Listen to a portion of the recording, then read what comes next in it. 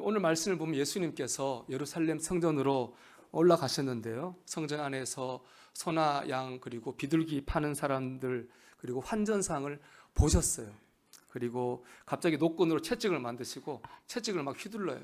그리고 소, 양을 다 내쫓으시고 환전하는 사람들 돈 다 쏟으시고 상을 그냥 뒤엎어 버리셨습니다.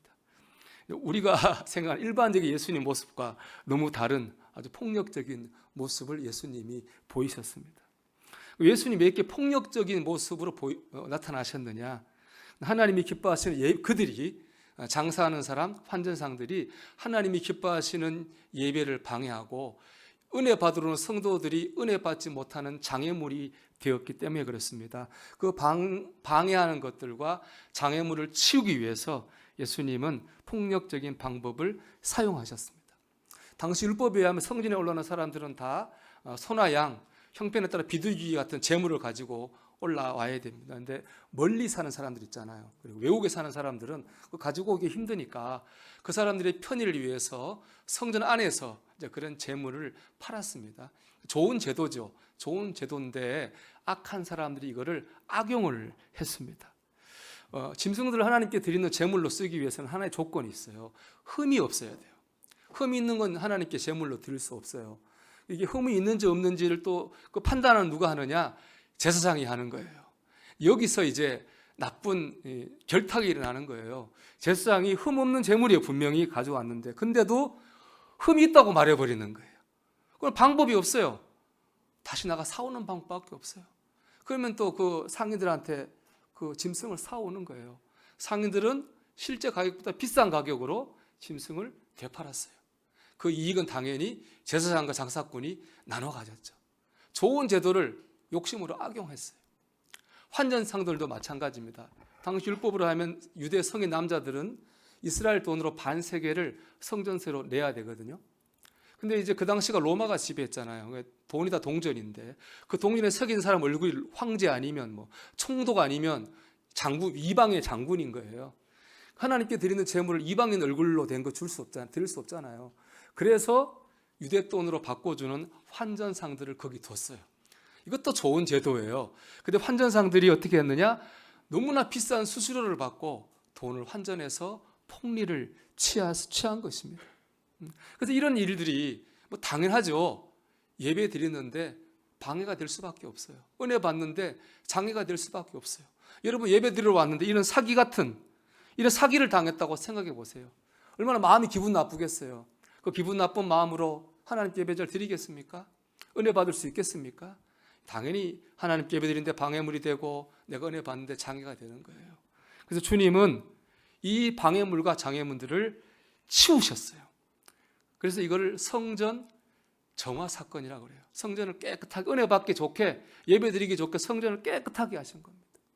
이 말씀이 오늘 우리에게 의미가 있는 것은 저와 여러분 한 사람 한 사람이 바로 하나님의 성전이 있기 때문에 그렇습니다. 고린도전서 3장 16절은 말씀합니다. 너희는 너희가 하나님의 성전인 것과 하나님의 성령이 너희 안에 계시는 것을 알지 못하느냐. 예배당만 성전이 아니고요. 여기 모인 저와 여러분 한 사람 한 사람이 성전이에요. 우리 안에 하나님이 계시거든요. 우리는 삶을 통해 하나님께 예배드리고 하나님 주시는 걸 공급받아요. 이게 바로 그리스도인의 풍성한 삶이죠. 근데 우리가 이런 삶을 살지 못하도록 방해하는 방해물이 있고 장애물이 있어요. 우리의 욕심, 꼬부라진 마음, 우리의 비판적 꼬부라진 마음들, 너무나 세상적으로 물들어 있는 가치관들, 삐뚤어진 인간관계, 잘못된 말과 행동에 깊이 잘못된 습관들, 이런 것들이 우리가 하나님께 은혜 받는데 장애물이 되는 거예요. 여러분 주님께서 예루살렘 성전을 정화하신 것처럼 내 삶의 성전을 정화할 수 있게 되기를 바랍니다. 그럴 때 하나님 기뻐하시는 삶을 살 수도 있고 하나님이 주시는 은혜를 공급받을 수도 있는 겁니다. 이번 주 수요 예배 때 사사기를 좀 하고 있거든요. 기드온 사사에 대한 공부를 했어요. 기드온 사사 시대에는 미디안이라는 족속이 이스라엘을 공격했어요. 미디안 7년 동안 압제했는데 미디안 때문에 특별히 힘들었던 건 경제적 삶이에요. 이 미디안 족속들이요 와가지고 좀 추수해서 곡식 이루만 하면 싹 가져가는 거예요. 메뚜기처럼. 양과 소도 싹 가져가요. 그러니까 정작 이스라엘 땅에 사는 사람들은 먹을 게 없는 거예요. 경제적으로 너무 힘들어요. 하나님께 제발 좀 배 좀 안 고프게 해달라고 기도했어요. 하나님이 그들을 구원하게 주신 지도자가 바로 기드온이에요. 하나님이 기드온에게 사사가 되기 위해서 미션을 하나 내요. 그 미션을 해야 사사가 되고 이스라엘을 구원해요. 그 미션이 뭐냐? 아버지 집으로 가서 바알 신당을 없애고 바알 신당에 있는 아세라 목상을 찍어내라는 거예요. 바알 신은 그 당시 고대 근동의 사람들이 섬기던 풍요의 신이에요. 아세라는 그 바알의 부인 신이거든요. 그 기드온이 이걸 해요. 바알 신당을 없애고 아세라 목상을 찍어버려요. 그래서 이제 지도자가 되고 이스라엘을 구원하는데, 그런데 이거 보면 알 수 있는 게 있어요. 기드온의 아버지 뭐 하는 사람이에요? 바알 신을 섬기는 사람이에요. 그리고 또 재밌는 거는 기드온이 그 바알 신당을 없애니까 동네가 난리가 났어요. 기드온 잡아 죽이려고. 이거 보면은 기드온 동네 사람들이 다 바알 신을 섬긴 거예요. 동네 교회에 마찬가지. 거기는 이 기드온의 아버지는 그 동네 교회를 관리하면 바알 신당을 관리하면서 호구지척 먹고 사는 사람이에요. 그 동네 사람들은 다 바알 신 섬기는 사람이에요. 근데 여러분, 기드온의 아버지 이름이 뭔지 아세요? 요아스예요. 요아스. 요아스의 이름 뜻은 뭐냐? 여호와의 불이에요. 이름은 여호와의 불인데 섬기기는 바알 신을 섬기면서 먹고 살고 있어요. 기드온의 동네 사람들, 그 사람들은 므낫세의 지파예요. 므낫세는 이스라엘 12지파 중에 한 지파로 정통 유대인입니다. 하나님의 백성이에요. 이름은 하나님의 백성인데 섬기기는 바알 신을 섬기고 있어요. 여러분, 이런데 하나님께서 그들의 기도를 들어주시겠어요? 한쪽 하나님 물질의 복을 주세요. 하나님 물질의 축복 주세요. 목이 찢어지라 기도했지만 하나님 그들의 기도를 들어주지 않아요. 왜 그렇습니까? 한쪽으로는 목이 찢어지게 기도하지만 한쪽으로는 우상을 섬기고 있잖아요. 안 되는 거죠. 기드온의 이름 뜻은 잘라버린다, 이런 뜻이 있어요. 잘라버려야 돼요. 우리 기도가 응답받으려면 내 안에 있는 하나님이 기뻐하지 않는 그런 거 잘라내야 됩니다. 하나님께 영광 돌릴 수 없는 영적인 장애물들, 기드온 잘라버려야 돼요. 그럴 때 우리 기도가 응답받고 우리가 하나님께 은혜 충만함 받게 될 줄로 믿습니다. 어떻게 되느냐? 저는 14절, 15절 동사들이 몇 개가 나오거든요. 그 동사들처럼 하면 된다고 생각해요. 14절 말씀 보면 나오는 동사는 보시고예요. 주님께서 성전이 장사꾼들과 환전상들로 더럽혀진 것을 보셨어요. 15절 보면은 노건을 만드셨고 그들을 내쫓으셨고 돈을 쏟으셨고 그리고 상을 엎으셨어요. 4개가 나오거든요. 이 나오는 4개의 동사, 만드시고 내쫓으시고 쏟으시고 엎으시고는 다 행동을 의미하는 동사들이잖아요. 2가지예요. 봐야 돼요. 그리고 그거를 행동으로 옮겨야 돼요. 내 안에 하나님 기뻐하시는 모습을 봐야 돼요. 그거를 잘라내는 행동이 있어야 돼요. 그럼 우리가 정결해지게 되는 거죠.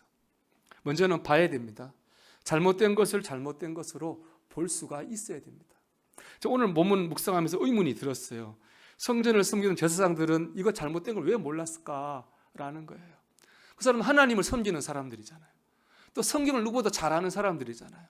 근데 예배하러 오는 사람들 등을 쳐서 먹는 건데 왜 그거를 분명히 잘못된 건데 이걸 잘못됐다고 보지 못했을까? 그런 생각이 들었어요. 너무 답은 뻔한 것 같아요. 그게 하나님의 눈으로 보지 않은 거예요. 성경 눈으로 그걸 보지 않은 거예요. 이거 잘못된 줄 모르는 거예요. 여러분 한번 물어볼까요? 여러분 닭이 먼저예요? 달걀이 먼저예요? 애매하죠. 대답하기 어려운 참 질문이에요. 애매한 문제예요. 그럼 성경적으로 다시 질문할게요. 여러분 성경적으로 볼 때 닭이 먼저예요? 달걀이 먼저예요? 닭이 먼저죠. 창세기 1장 보세요. 하나님이 달걀 만들었다는 게 하나도 없어요. 하나님이 동물과 식물을 만드셨어요. 성경적으로 보면 답이 딱 나와요. 닭이에요. 근데 성경을 떠나서 보니까 애매한 거예요. 바로 이거예요. 우리가 성경으로 보면 믿음으로 보면 답이 딱 나오는 거예요. 왜 애매하고 모호하냐? 안 보는 거예요. 성경으로. 믿음으로 안 보는 거예요. 세상적으로 보는 겁니다. 그러니까 이게 애매하고 모호하고 이래도 될 것 같고 저래도 될 것 같은 거예요. 제가 보니까 생애 주기로 보면은 신앙에 좀 흐려지는 데가 크게 두 개 있어요. 언제냐? 대학 들어갔을 때. 고등학교 때까지 뭐 부모 밑에서 억눌려 지나 대학 가서 자유로웠잖아요. 또 얼마나 재밌어요. 친구들 만나 술도 마시고 놀러도 가고 너무 재밌어요. 너무 재밌으니까 하나님이 멀어지는 거예요. 교회는 또 가요, 가끔. 하나님 한 달에 한 번, 두 달에 한 번 또 가요. 그걸로 또 친구들 얘기하죠. 대단하다. 너 한 달에 한 번 교회 가고. 대단한 줄 알아요. 세상적으로 보면은 그런 거예요. 하나님 눈은 뭐 어때요, 여러분? 아니잖아요. 잘못된 거거든요. 그 믿음이 약해져요. 또 하나는 우리 젊은 분들 애 키울 때. 그 애 키우다 보면 이해되는 게, 저도 우리 젊은 부부 설교하다 보면 내가 설교하면서 무슨 말 하는지는 모르겠어요. 애들이 막 여기서 울고 저기서 뛰어다니면 내가 하면서 무슨 말인지 모르겠어요 하면서도 왔다 갔다 해 정신이. 듣는 사람은 어떻겠어요? 저하고 똑같겠죠. 들으면서도 이게 내가 지금 예배를 드리고 있는 건지 설교를 잘 모를 거예요. 잘 공부를 못 받아요. 공부 못 받으면 어떻게 돼요? 영적으로 연약해지는 거예요. 믿음이 떨어져요. 그래서 젊은 우리 여자 청년 때 믿음이 이렇게 좋은 청년들이 결혼하면 좀 믿음이 떨어지더라고. 왜 그러냐? 어쩔 수 없어요. 그렇게 되더라고요. 제 말이 틀렸어요. 어쩔 수 없는 게 아니죠. 네. 노력을 해야죠. 제가 이 설교했더니 우리 일부 했더니 우리 둘째가 아빠 설교를 조심해야 된대. 여자 청년이 얼마 안 된대. 남자도 같이 들어가야 된대. 그런 것 같아요. 신혼부부는 아니어도 아기 있는 우리 엄마 아빠들 그냥 어쩔 수 없지 뭐 그러면 안 돼요. 내 나름대로 은혜를 공급받게 노력을 해야 돼. 부모가 영적으로 정신적으로 바로 서서 자녀들을 이끌 때 서로가 복이 되는 거지. 끌려가면은 부모도 자녀도 복 받을 수 없어요. 그럴 수도 있지가 아니거든요. 하나님의 눈을 보면은 그거 아닌 거예요. 분명히 보이잖아요. 여러분, 하나님의 눈으로 보십니다. 보시기 바랍니다. 그래야 그럴 수도 있지, 이럴 수도 있지가 아니라 이래야 되는구나 라고 하는 게 보이는 거예요. 조선에 태종 이방원 있죠. 태종 이방원이 그 고려의 마지막 충신 정몽주를 회유하려고 꼬시려고 했던 부른 시가 하여가잖아요. 이런 들었다리 저런 들었다리 만상 드렁치기 얽히친 들었다리 우리도 이같이 하여 100년까지 누리세. 정몽주한테 고려 못 듣고 조선이 못 듣냐, 잘 살면 되지, 그 얘기잖아요. 그런 하여가에 정몽주가 뭐라고 화답했습니까? 단심가죠.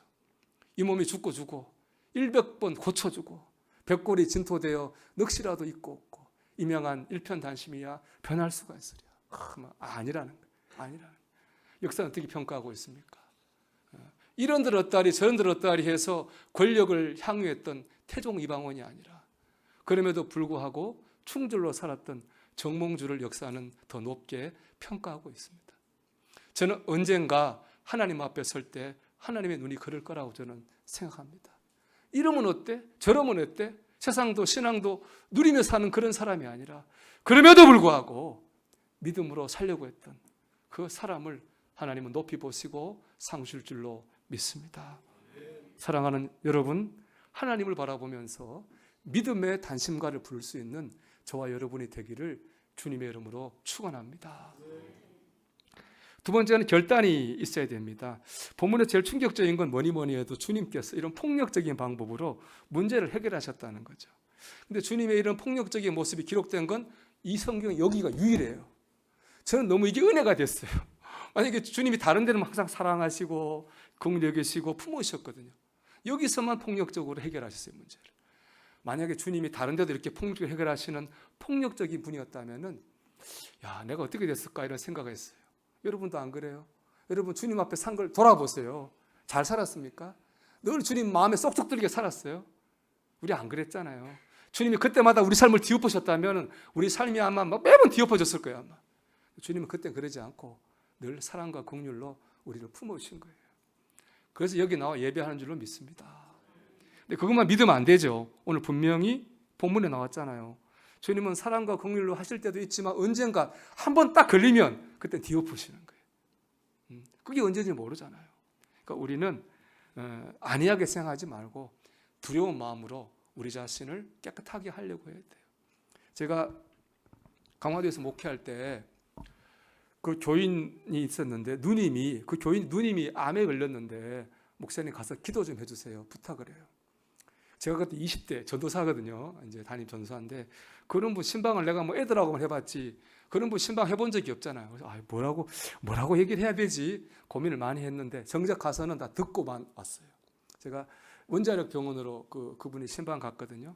그분 얘기가 쭉 이래요. 쭉 얘기하시더라고. 이분이 믿음이 좋은 권사님이에요. 매일 새벽 기도 올라가요. 근데 새벽 기도할 때마다 이제 그 동네 너무 미워하는 집이 하나 있어요. 근데 꼭 그 집을 거쳐야 이분 집에 와요. 이제 새벽 기도 은혜 많이 받고 왔는데 그 집 앞에 서면 갑자기 이제 마귀 역사겠죠. 그 집을 저주하는 거야. 오늘 일이 좀 이 집이 안 됐으면 좋겠다. 심지어는 이 집의 차를 보면 오늘은 저 집의 차가 뒤집어졌으면 좋겠다. 뭐 그런 생각도 들었대요. 뭐 그분 얘기예요. 늘 저주하는 마음으로 저 집만 지나면 그러더래요. 근데 어느 날 그 집을 딱 지났는데 가슴이 아프더라는 거예요. 가슴이 왜 아프지? 왜 아프지? 병원 갔더니 유방암 3기라는 거예요. 그래서 그분이 나한테 하는 말이 목사님 제가 이런 마음을 품다 보니까 하나님께서 저를 깨닫게 하시려고 이런 병 주신 것 같아요. 저 회개했으니까 하나님께서 낫게 하실 거예요. 그렇게 간증하길래 아멘 저도 믿고 기도하고 왔습니다. 여러분 하나님이 기뻐하시지 않는 모습 은혜 받는데 장애물 되고 방해물 되는 생각 마음 품고 살지 마세요. 암 걸립니다. 내려놓으셔야 됩니다. 버리셔야 됩니다. 떨치셔야 됩니다. 하나님이 계속 지금처럼 이렇게 여러분에게 말씀으로 내려놓으라고 그 버리라고 깨닫게 하시는데도 여러분 하지 않으면 하나님 뒤집어 엎으시는 거예요. 내려놓을 수밖에 없게 버릴 수밖에 없게 우리 삶에 역사하시는 겁니다.